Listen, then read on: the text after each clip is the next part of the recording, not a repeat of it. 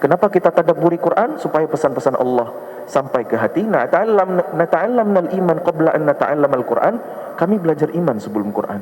Tsumma ta'allamnal Quran, lalu kami belajar Quran. Fazdadna bihi imanan, bertambahlah iman kami. Ulama ada yang menjelaskan bahwa ayat-ayat yang turun sebelum hijrah, saat Nabi masih di Mekah, yang dinamakan ayat-ayat atau surah-surah Makkiyah, tema besarnya adalah untuk menginstal keimanan, untuk menumbuhkan tauhid di hati. Makanya ayatnya pendek-pendek, isinya tentang surga, neraka, kisah umat-umat terdahulu. Tujuannya apa? Supaya yakin, supaya percaya, supaya tumbuh iman. Itu tema besar. Berapa lama? 13 tahun. Maka menumbuhkan iman itu gak bisa sehari dua hari, butuh waktu yang panjang. Kita tadi membaca ayat-ayat tentang puasa, ayat-ayat tentang Ramadan. Tahu nggak Bapak Ibu? Al-Baqarah ayat 183 itu turunnya kapan? Ada yang tahu? Enggak. Ada yang tahu? Al-Baqarah 183 itu turun di bulan Sya'ban. Sekarang masih Sya'ban ya? Tapi Sya'ban kapan? Sya'ban tahun 15 kenabian. Bulan Sya'ban di tahun kedua Hijriah. Kan Rasulullah dakwah di Mekah 13 tahun tuh. Hijrah ke Madinah 2 tahun kemudian baru turun Al-Baqarah 183 tentang perintah puasa. Kenapa gak turun di Mekah? Disiapkan dulu iman, baru diperintahkan syariat. Tanpa iman kita akan menjalani agama ini dengan beban.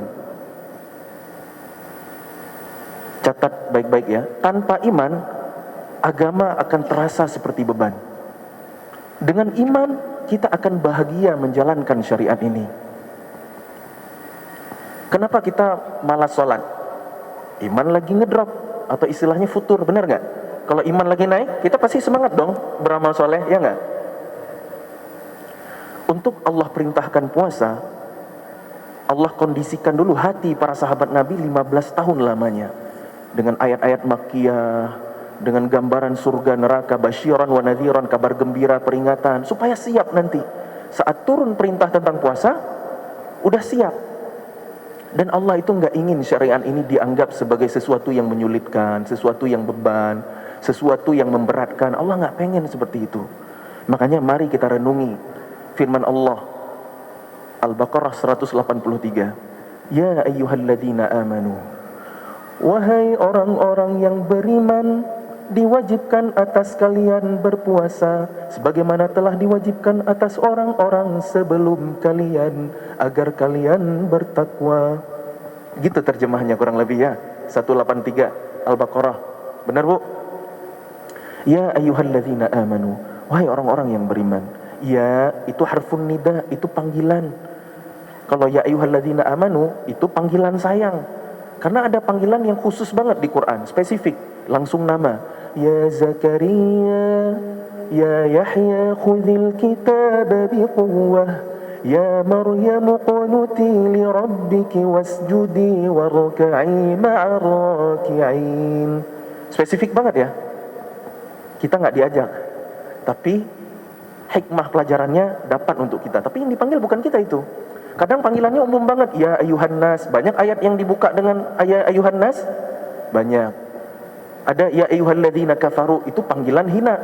Tapi kalau ya ayyuhalladzina amanu, itu pasti panggilan sayang. Allah sayang sama kita, hamba-hambanya yang beriman. Allah punya sifat Ar-Rahman, kasih sayang Allah untuk semua makhluk. Mau dia beriman, mau dia kufur, dikasih semua kasih sayang Allah. Buktinya hari ini orang yang kafir masih hidup gak? Masih bisa nafas gak? Dapat jatah rizki gak? Nah itu kasih sayang Allah, gak pilih kasih, Ar-Rahman. Tapi Allah juga punya sifat Ar-Rahim, kasih sayangnya hanya untuk hamba-hambanya yang beriman. Kapan wujudnya? Nanti di akhirat, saat udah masuk surga. Allah sayang sama kita, hambanya yang beriman. Hanya dengan iman kita pantas masuk surga. Siapa yang punya iman walaupun sekecil atom, dia layak masuk surga. Walaupun prosesnya harus dibersih-bersih dulu gitu ya, naudzubillah min dzalik. Pokoknya kalau ada iman sekecil atom, itu dakhalal jannah, pasti masuk surga. Allah sayang banget sama kita, hamba-hambanya yang beriman. Mudah-mudahan kita termasuk ya di antara hamba-hamba Allah al-mu'minun insyaallah ya. Amin, Allahumma amin. Semoga Allah istiqomahkan iman Islam kita sampai akhir hayat. Amin ya rabbal alamin. Allah udah manggil kita ya ayyuhalladzina amanu dengan panggilan sayang. Lalu Allah perintahkan kita, kutiba alaikumusiyam, diwajibkan atas kalian berpuasa. Berarti puasa itu wujud sayangnya Allah buat kita bukan? Puasa itu beban atau enggak kira-kira? Harus nahan lapar, harus nahan haus sambil kerja, capek enggak?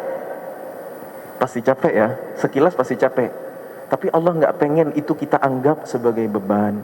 Makanya Allah perintahkan kutiba alaikumusiyam. Allah tidak menyebut furidha alaikumusiyam, difardukan atas kalian berpuasa, atau wujiba alaikumusiyam, diwajibkan atas kalian berpuasa. Tapi Allah memilih diksi kutiba alaikumusiyam supaya puasa itu terasa ringan bagi kita, bukan beban. Walaupun terjemahnya diwajibkan. Kata kutiba itu berasal dari kata kataba. Ini kita agak berat sedikit ya. Masih pagi kan, masih fresh ya. Kataba itu dalam bahasa Arab artinya dia laki-laki telah menulis, fi'il madhi. Ya kan? Kalau kutiba artinya telah ditulis. Kutiba alaikumusiyam, telah dituliskan atas kalian berpuasa. Rasanya beda kan kalau diwajibkan atas kalian berpuasa dengan telah dituliskan atas kalian berpuasa. Beda nggak? Beda kan? Rasanya kayak lebih ringan gitu. Al-amru yadullu 'alal wujub, itu kaidahnya. Perintah itu menunjukkan kewajiban kecuali ada kondisi lain atau ada dalil lain yang menjelaskan hal berbeda. Maka kutiba alaikumusiyam itu diartikan wajib. Makanya terjemahnya diwajibkan atas kalian berpuasa. Tapi aslinya kutiba loh, dituliskan atau disyariatkan supaya puasa itu bukan beban untuk kita. Kama kutiba 'alal ladzina min qablikum, sebagaimana telah dituliskan, telah disyariatkan, telah diwajibkan atas orang-orang sebelum kalian. Puasa itu ternyata bukan hanya untuk umat Nabi Muhammad sallallahu alaihi wasallam. Dari zaman Nabi Adam sampai hari kiamat, semua syariat punya ibadah siyam, punya ibadah saum, punya ibadah puasa, walaupun fikihnya mungkin berbeda. Dan fikih setiap zaman, setiap rasul yang Allah utus beda-beda. Syariat nggak sama selalu. Nikah dengan saudara kandung boleh nggak? Nggak boleh. Tapi itu boleh untuk anak-anak Nabi Adam. Bener nggak? Nggak ada pilihan lain. Nah, itu contoh syariat nggak sama. Tapi puasa selalu ada. Karena by default Allah menciptakan kita memang butuh kepada yang namanya puasa. Nanti insya Allah kita akan belajar sama Pak Dokter tuh, apa rahasia hikmah puasa bagi kesehatan. Nah insya Allah setelah ini kita akan belajar bareng-bareng. Dan secara umum puasa itu memang bikin sehat. Puasa itu baik untuk tubuh kita, mendetoks racun tubuh, menstabilkan gula darah, apalagi meremajakan sel-sel yang ada di badan kita, mereset ulang metabolisme tubuh kita. Sehatlah puasa itu. Sudah approve, para ahli udah menelitinya. Shadaqallah wa shadaqa Rasulullah. Puasa itu sehat untuk fisik kita, tapi ternyata puasa juga sehat untuk hati kita. Puasa itu baik untuk hablum minallah kita, baik untuk hablum minannas kita, baik untuk jiwa kita. Kalau hubungannya sama Allah, apa hikmah dari puasa itu?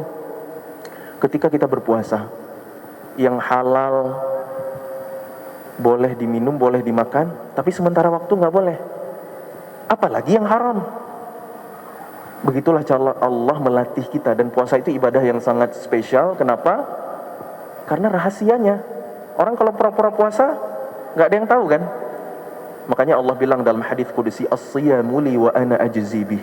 Puasa itu untukku dan aku langsung yang akan memberikan balasannya. Emang sholat bukan untuk Allah? Semua ibadah harus untuk Allah. Kalau nggak diterima, nggak dapat pahala, sia-sia. Tapi khusus puasa Allah bilang as-siyamu li wa ana ajzi bih. Allah siapkan pintu surga VVIP untuk hambanya as-saimin. Babur Rayyan namanya. Ada jalur khusus masuk surga lewat pintu ahli puasa, saking istimewanya puasa. Kemudian baik secara hablum minan nas apa? Supaya kita peduli. DT peduli. Nah, puasa mengajarkan kita untuk peduli. Saat kita lapar haus, oh ini ya yang dirasain sama fakir miskin, yatim duafa. Gini ya kalau lapar nggak makan berhari-hari. Padahal kita cuma baru nahan setengah hari tuh. Udah krik-krik, udah bunyi itu perut. Oh gini ya nasib anak-anak di Palestina yang mengungsi di Suriah, yang udah diblokade puluhan tahun, apalagi 2 tahun terakhir. Sehingga kita tergerak untuk menyisihkan sebagian rizki yang Allah titipkan kepada kita.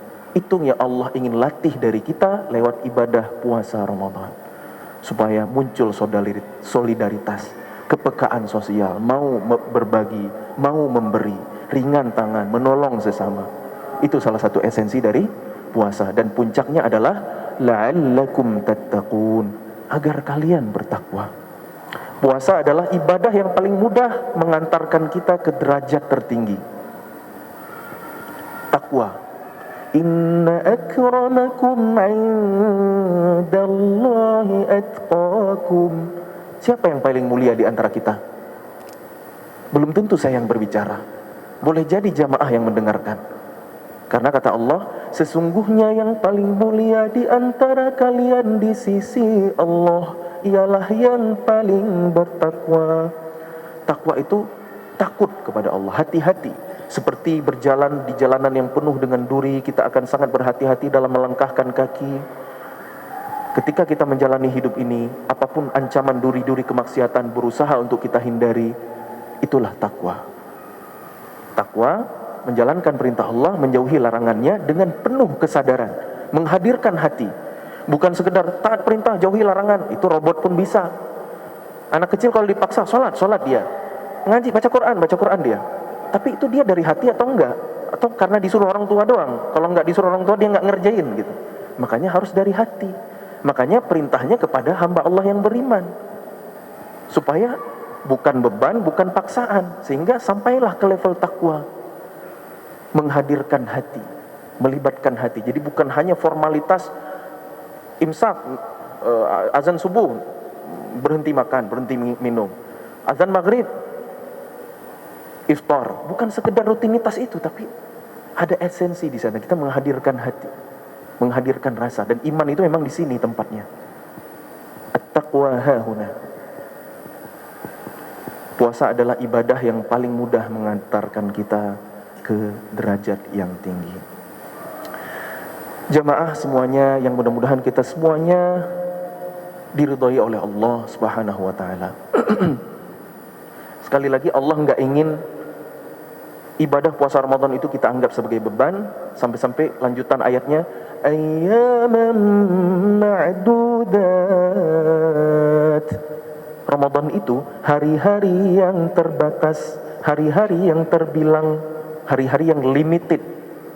Ramadan itu walaupun 1 bulan 30 hari atau 29 hari, tapi rasanya singkat sekali. Kalau nggak percaya, nanti waktu masuk Ramadan tiba-tiba, loh kok udah 10 hari kedua, loh kok udah 10 Ramadan yang terakhir. Percaya sama saya, tiba-tiba udah Idul Fitri. Cepet banget waktu berjalan di Ramadan itu. Kenapa? Karena keberkahannya. Allah nggak ingin kita terbebani dengan ibadah yang ada di dalamnya. Justru itu adalah hidangan kemuliaan dari Allah Subhanahu wa taala. Bukankah Rasulullah sallallahu alaihi wasallam pernah bersabda dalam sebuah hadis, "Qad ja'akum Ramadan," atau "Atakum syahru Ramadan." Telah datang kepada kalian bulan Ramadan. Syahrun mubarak, bulan yang penuh dengan keberkahan. Apa arti barakah? Ziyadatul khair, melimpahnya kebaikan. Iftaradallahu alaikum siyamahu, diwajibkan atas kalian berpuasa padanya. Tuftahu fihi abwabul jannah, dibukakan pintu-pintu surga. Wa tughlaqu fihi abwabul jahim, ditutup pintu-pintu neraka. Wa tughallun fihi maradatus syayatin, diikat setan-setan yang durhaka. Apa ini maksudnya? Apa maksudnya dibuka pintu surga, ditutup pintu neraka, diikat setan yang durhaka? Ada yang paham? Maksudnya dibuka pintu surga itu di bulan Ramadan, kita mudah untuk melakukan kebaikan yang mendekatkan kita dengan surga. Di luar Ramadan belum tentu kita bangun tahajud setiap malam, betul? Tapi di bulan Ramadan setiap malam kita qiyamul lail, yang kita sebut dengan salat tarawih berjamaah bersama imam di masjid-masjid kita, betul nggak? Setiap hari belum tentu kita bangun malam, tapi Allah meriset kita dengan sunnah sahur, kita bangun lebih awal. Kita punya kesempatan untuk muhasabah, kemudian kita ada kesempatan untuk beristighfar, wabil asharihum yastaghfirun. Di luar Ramadan belum tentu kita membaca Al-Quran sebanyak di bulan Quran, benar nggak? Ramadan itu memudahkan kita melakukan kebaikan. Sebaliknya, watughlaqu fihi abwabul jahim, ditutup pintu-pintu neraka.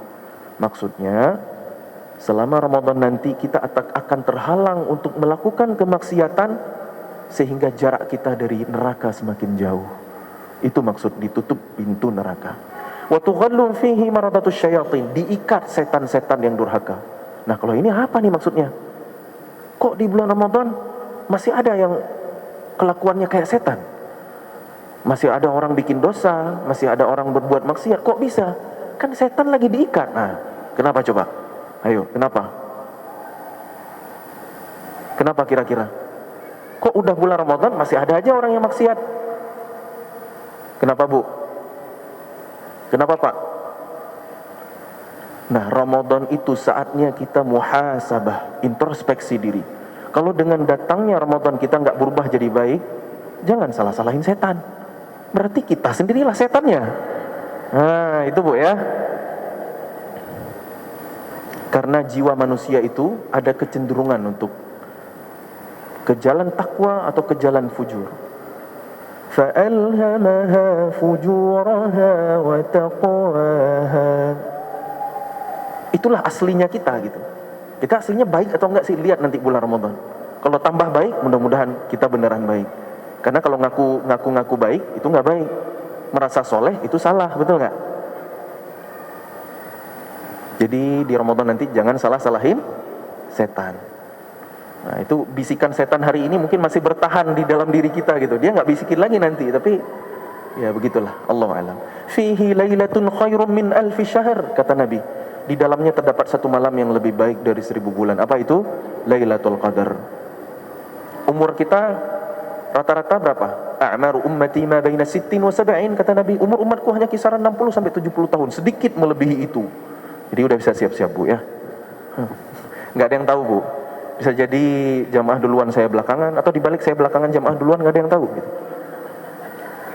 Kita sangat butuh untuk punya bekal sebelum kita berpulang kepada Allah, betul? Nah, di Ramadan Allah kasih jackpot pahala lebih baik dari beribadah 1000 bulan, sekitar 83 tahunan. Kapan itu? Nabi menyuruh kita hunting di 10 akhir Ramadan, lebih-lebih di malam-malam ganjilnya. Tapi jangan pilih-pilih, Bu. Iktikaf aja 10 akhir, udah insya Allah ketemu tuh sama Lailatul Qadar. Karena kalau Ramadan 30 hari, 29 hari, 10 akhirnya beda kan? Ganjil-ganjilnya juga beda akhirnya. Ya udah gas aja semua, insya Allah dapat tuh. Apalagi kalau dapat Lailatul Qadarnya di Masjidil Haram, kali 100.000 kali lipat, dikali 1000 bulan, 83 tahun, nggak ada bandingannya biaya yang kita keluarkan dengan pahala yang akan kita dapatkan gitu. Masya Allah, tabarakallah. Jadi jangan sibuk sama apa, Bu? Bikin kue, itu bisa nanti. Mudik, silaturahim, macet-macetan, itu bagus juga. Tapi jangan sampai menggeser prioritas ibadah kita. Karena kalau di Timur Tengah itu tradisi mudik itu di Idul Adha, tasyriknya lebih lama. Tapi nggak tahu nih kenapa di Indonesia tradisi mudik itu di Idul Fitri. Yang padahal 10 akhir Ramadan itu saat-saatnya kita maksimalin ibadah gitu. Nggak tahu nih harus ngusulin kemana ya, biar diganti aja deh tradisi mudik, geser ke Idul Adha aja gimana, biar kita fokus ibadah nih di 10 akhir Ramadan. Memang ujiannya banyak, makin 10 akhir Ramadan yang punya bisnis, yang punya jualan, orderan lagi tinggi-tingginya tuh, berat emang ujiannya. Dulu Rasul dan para sahabat 10 akhir Ramadan menceraikan dunia, dunia datang kepada mereka dalam keadaan hina. Kita hari ini 10 hari aja dari 1 tahun nggak mau kita fokus koneksi sama Allah. Inti dari i'tikaf itu memutus komunikasi dengan makhluk untuk menyambung koneksi dengan Allah Subhanahu wa taala. Makanya kita i'tikaf. Cuma kita hari ini i'tikaf masih bawa ginian. Gitu masih ke distract juga gitu ya. Ya udah sebisa mungkin fokus ya, mudah-mudahan Allah bimbing kita untuk menjadikan Ramadan ini Ramadan yang lebih baik dari tahun-tahun sebelumnya insyaallah. Mudah-mudahan Allah sampaikan kita, Allahumma barik lana fi Sya'ban wa ballighna Ramadan. Amin ya rabbal alamin. Baik, satu poin lagi. Kita langsung loncat ke ayat berikutnya karena keterbatasan waktu. Al-Baqarah 185. Bunyinya, Syahrul Ramadan alladzi unzila fihi al-Qur'anu hudan linnas. Bulan Ramadan adalah bulan yang di dalamnya diturunkan Al-Quran sebagai petunjuk bagi manusia. Ketika Allah perintahkan puasa, Allah nggak nyebut tuh kata Ramadan. Tapi ketika Allah menyebutkan kata Ramadan, Allah sandingkan dengan Al-Quran. Kenapa demikian? Istimewanya Ramadan aslinya dengan Al-Quran, bukan gara-gara puasa.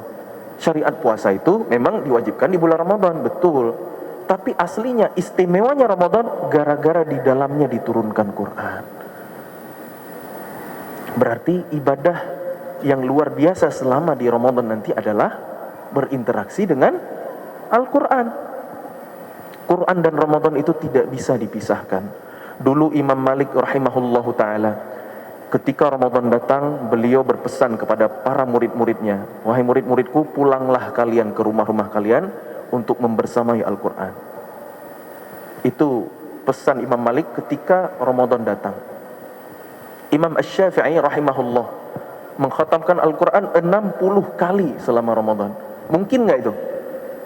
Masuk akal gak? Khatam Quran 60 kali, sehari baca 60 juz, sehari 2 kali khatam. Mungkin gak? Mungkin aja. Bagi ahlul Quran, bagi huffaz mungkin. Jangan bandingin dengan kita. Kita baca Quran masih loading, ini hurufnya apa lagi ya, barisnya apa lagi ya, biar nggak salah. Tapi kalau Quran udah di sini, tinggal keluarin aja, bisa baca cepet. Tabarakalladzi ja'ala fis samaa'i burujan wa ja'ala fiha sirajan wa qamaran munira. Bahkan bisa lebih cepat dari itu. Tempo bacaan Quran kan ada 3 ya.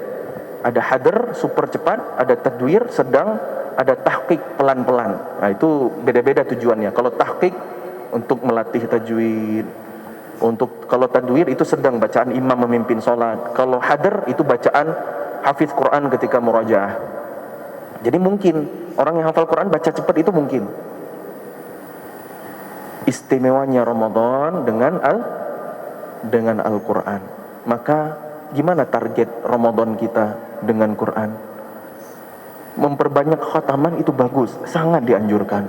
Cuma jangan lupa, kan ayatnya Syahrul Ramadan alladzi unzila fihi al-Qur'anu hudan linnas. Quran yang turun di bulan Ramadan itu sebagai petunjuk bagi manusia. Kapan Al-Quran itu jadi petunjuk? Ketika direnungi, ketika ditadabburi, ketika dipahami, sehingga semakin bertambah iman yang ada di hati. Wa idza tuliyat 'alaihim ayatuhu zadatuhum imana. Apabila dibacakan ayat-ayat Allah kepada mereka, bertambahlah iman mereka.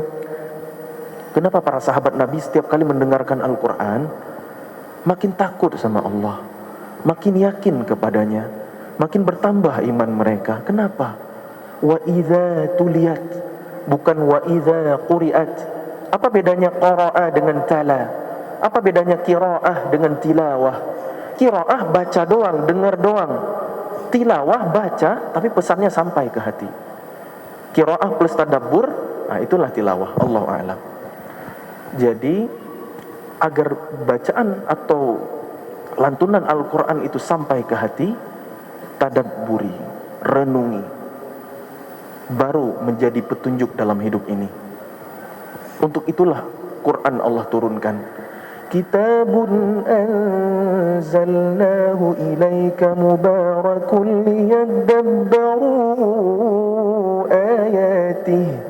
Di Quran surah Sad ayat 29 Allah berfirman, kitab Al-Quran ini kami turunkan kepadamu wahai Muhammad bersama dengan keberkahan untuk ditadabburi ayat-ayatnya, waliyatadzakkara ulul albab, dan supaya menjadi pelajaran bagi orang-orang yang benar-benar memahami. Jadi Quran turun bukan hanya untuk kita baca, bukan hanya untuk kita dengar, bukan hanya untuk kita hafal, tapi untuk kita pahami sehingga bisa kita amalkan. Terdengar sederhana, tapi belum banyak umat hari ini yang melakukannya. Betul nggak?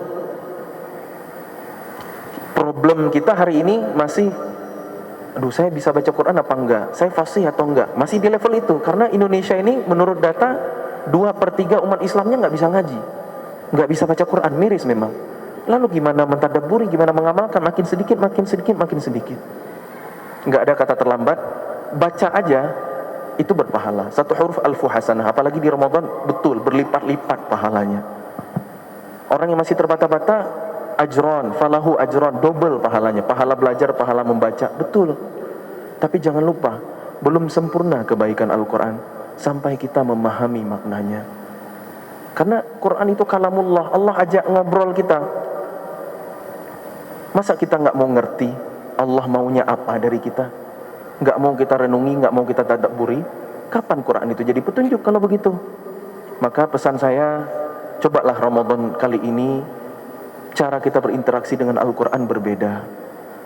Dari punya target khatam 10 kali atau 5 kali, 3 kali itu bagus, tapi coba imbangi juga dengan tadabbur makna. Setiap mushaf hari ini ada terjemahnya kan? Coba dibaca. Saya ingin tanya, ada nggak di antara jamaah yang hadir di sini yang pernah khatam Quran seumur hidup sekali aja, plus dengan artinya, plus dengan terjemahnya? Ada yang pernah? Allah barik fiik. Satu orang doang dari sekian ribu yang hadir. Barakallahu fiik, barakallahu fiik. Masih bisa dihitung dengan jari nih. Nggak usah takut riya ya gitu. Saya nggak ketahuan juga siapa namanya, wajahnya gimana, nggak ingat juga gitu. Ini buat ini survei gitu. Berarti sejauh itu loh kita dari Quran.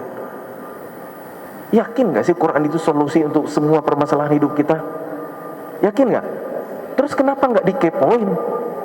Kenapa gak dicari tahu gitu? Kenapa gak berusaha mengerti Quran? Padahal terjemah itu belum cukup untuk memahami Quran.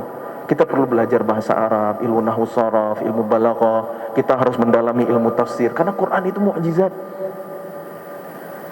Terjemah belum cukup, tapi jangan sampai hal yang sesimpel itu juga belum kita lakukan loh. Boleh Ramadan ini khatamkan Quran plus terjemahnya, boleh? Nanti silakan buktikan ayah bunda, sahabat-sahabat semuanya, ketika kita baca Quran, loh kok ayat ini saya banget ya? Loh ini jawaban yang saya cari selama ini gitu.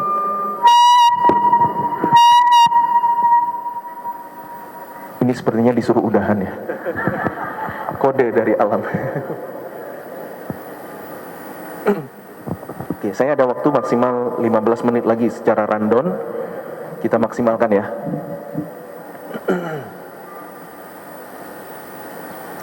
Apapun masalah kita, Quran punya solusinya. Tetap kenapa hari ini kita sulit bahagia? Salah satu jawabannya karena kita jauh dari Quran. Beneran. Orang kalau, aduh kok saya sedih banget ya hidupnya. Emang sesedih apa hidup kita dibandingin kehidupan Nabiullah Yusuf alaihissalam? Pernah tadabbur gak sih? Pernah baca surah Yusuf, Bu? Nabi Yusuf di keluarga dijahatin saudara sendiri, diajak jalan-jalan dibuang ke sumur, lewat rombongan pedagang kilain diselamatin, malah dijadiin budak, dijual ke keluarga pejabat, dijadiin babu, sama majikannya sendiri maaf, digodain, diajak zina. Setelah itu masuk penjara. Sedih semua gak itu? Tapi kalau nggak ada sedih, nggak ada happy ending, nggak ada bahagianya, nggak ada Nabi Yusuf jadi bendahara negeri Mesir, jabatan tinggi, kumpul kembali dengan keluarga dan saudara-saudaranya. La tasriba alaikumul yaum yaghfirullahu lakum. Nabi Yusuf memaafkan kesalahan saudara-saudaranya yang lain gitu. Dengan ujian hidup yang panjang itu barulah ada akhir yang bahagia. Jadi kalau hidup-hidup kita ini lagi pada sedih, kalau hidupmu lagi sedih, ya itu hidupmu. Enggak. Yakinlah Allah menyiapkan akhir yang indah untuk kita. Biidznillah. Kalau enggak di dunia, pasti di akhirat. Karena Allah enggak akan menyia-nyiakan pahala orang yang bersabar. Innama yuwaffas sabiruna ajrahum bighairi hisab. Sesungguhnya hanyalah orang-orang yang bertakwa yang disiapkan baginya pahala tanpa batas. Pahala sabar itu unlimited, makanya sabar juga nggak boleh batas. Nabi Yusuf nggak pernah nyerah kan di setiap ujian hidupnya.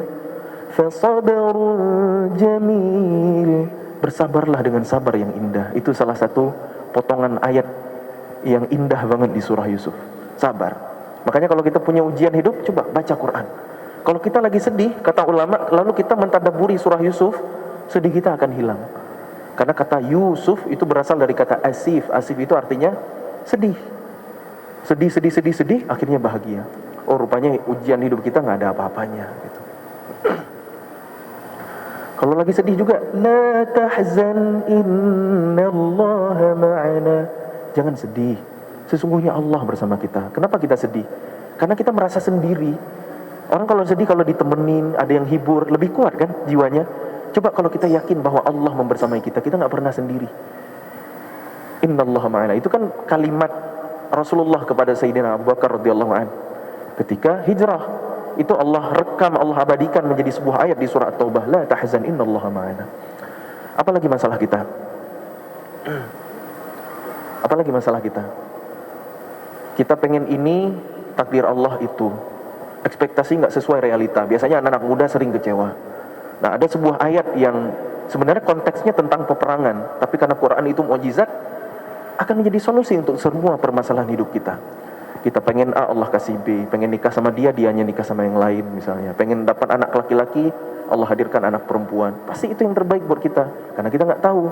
Allah bilang, wa asa an takrahu syai'an wa huwa khairul lakum wa asa an tuhibbu syai'an wa huwa syarrul lakum.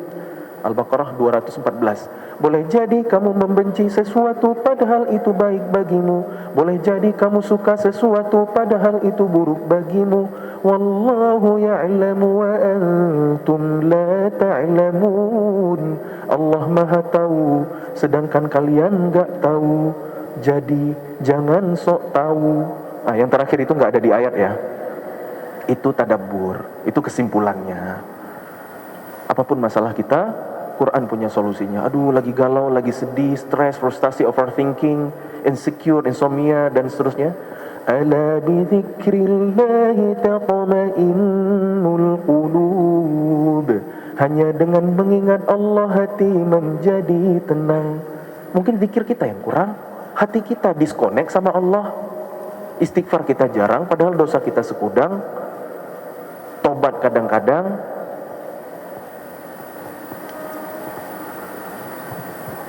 Jarang bersolawat kepada Rasulullah Sallallahu Alaihi Wasallam. Gimana hati kita akan tenang saat kita jauh dari Allah? Saat itulah kita gelisah. Apapun masalah kita, Quran punya solusinya. Quran punya jalan keluarnya. Quran Sunnah punya jawabannya. Makanya kita nggak boleh hidup jauh-jauh dari syariat. Kan kita nggak ngerti nih ilmunya. Ya udah tanyakan sama yang paham. Fas'alu ahla dzikri in kuntum la ta'lamun. Tanyakan sama yang ahli kalau kalian enggak tahu. Konsul sama ulama, tanyakan kepada kiai gitu. Kita aja yang belum tahu ilmunya. Ilmu Allah itu luas. Maka jangan pernah berhenti untuk belajar. Syahrul Ramadan alladzi unzila fihi al-Qur'anu hudan lin-nas wa bayyinatin minal huda wal furqan. Bulan Ramadan adalah bulan yang di dalamnya diturunkan Quran sebagai petunjuk bagi manusia, penjelas atas petunjuk yang ada, dan juga pembeda. Quran akan membedakan untuk kita mana yang hak, mana yang batil, mana yang benar, mana yang salah. Quran juga akan menjadikan kita pribadi yang berbeda. Orang yang hidupnya dekat dengan Quran, mengamalkan Al-Quran, pasti kualitasnya berbeda dengan orang-orang yang jauh dari Quran. Pasti itu. Karena Quran itu barokah. Mudah-mudahan Allah berkahi hidup kita dengan Al-Quran. Allahu a'lam bishawab. Mungkin ini yang bisa saya sampaikan. Lebih dan kurangnya saya minta maaf. Kebenaran datangnya dari Allah, kebodohan, kesalahan datangnya dari kebodohan saya pribadi. Mudah-mudahan Allah ampuni. Allahul muwaffiq ila aqwamit thariq. Mudah-mudahan Allah membimbing kita selalu kepada pemahaman yang paling dekat dengan kebenaran. Khairukum man ta'allama al-Qur'an wa 'allama. Sebaik-baik kalian adalah yang mempelajari Al-Qur'an dan mengajarkannya. Iqra'ul Qur'an fa innahu ya'ti yaumal qiyamah syafi'an li ashabi. Bacalah Qur'an karena kelak pada hari kiamat Qur'an akan memberikan syafaat kepada sahabatnya ketika di dunia. Lebih-lebih di bulan Ramadan, maka interaksi kita dengan Al-Qur'an harus lebih intensif lagi, harus lebih akrab lagi. Karena di akhir hadis yang sempat kita bahas di sesi pagi tadi, Nabi menutupnya dengan kalimat man hurima khairaha faqad hurim. Siapa yang terhalang dari kebaikan Ramadan, maka sungguh dia telah terhalang dari kebaikan yang banyak di bulan lainnya. Ramadan ini harus membuat kita waspada, membuat kita hati-hati. Kenapa? Karena ada peringatan, ada warning dari Rasulullah. Kalau Ramadan gak bisa membuat kita lebih baik, gak bisa membuat kita lebih dekat sama Allah, gak bisa menjadi wasilah kita semakin rajin ibadah, gak bisa menjadi perantara kita meninggalkan maksiat, gak bisa membuat kita semakin taat, maka lebih-lebih di 11 bulan lainnya kita akan semakin jauh dari Allah, kita akan semakin lalai, kita akan semakin tenggelam dalam dosa-dosa. Hati-hati, Ramadan ini penentu, game changer. Maka kita harus betul-betul memaksimalkan Ramadan kita. Supaya apa? Supaya nanti di bulan-bulan lainnya kita juga ikutan jadi baik. La'allakum tattaqun, makin naik derajat takwa kita. Keistimewaan Ramadan dibandingkan 11 bulan lainnya di sisi Allah, seperti Nabiullah Yusuf alaihi salam dibandingkan 11 saudara lainnya di pandangan ayahanda mereka Nabi Ya'qub alaihi salam. Nabi Yusuf itu anak yang paling dicintai, walaupun Nabi Ya'qub itu pasti berbuat adil ke semua anak-anaknya. Tapi Yusuf itu punya kedudukan yang istimewa di hati Nabi Ya'qub alaihissalam. Kenapa? Karena Nabi. Maka begitu juga Ramadan dibandingkan 11 bulan lainnya. Sebagaimana istighfarnya Nabi Yusuf mampu menjadi wasilah ampunan dosa bagi 10 saudara-saudara lainnya, maka mudah-mudahan dengan amalan ibadah dan taubat kita di bulan Ramadan, Allah akan mengampuni dosa-dosa kita di 11 bulan lainnya. Amin amin ya rabbal alamin. Barakallahu fikum. Saya akhiri dengan billahi fi sabilil haq. Wassalamualaikum warahmatullahi wabarakatuh.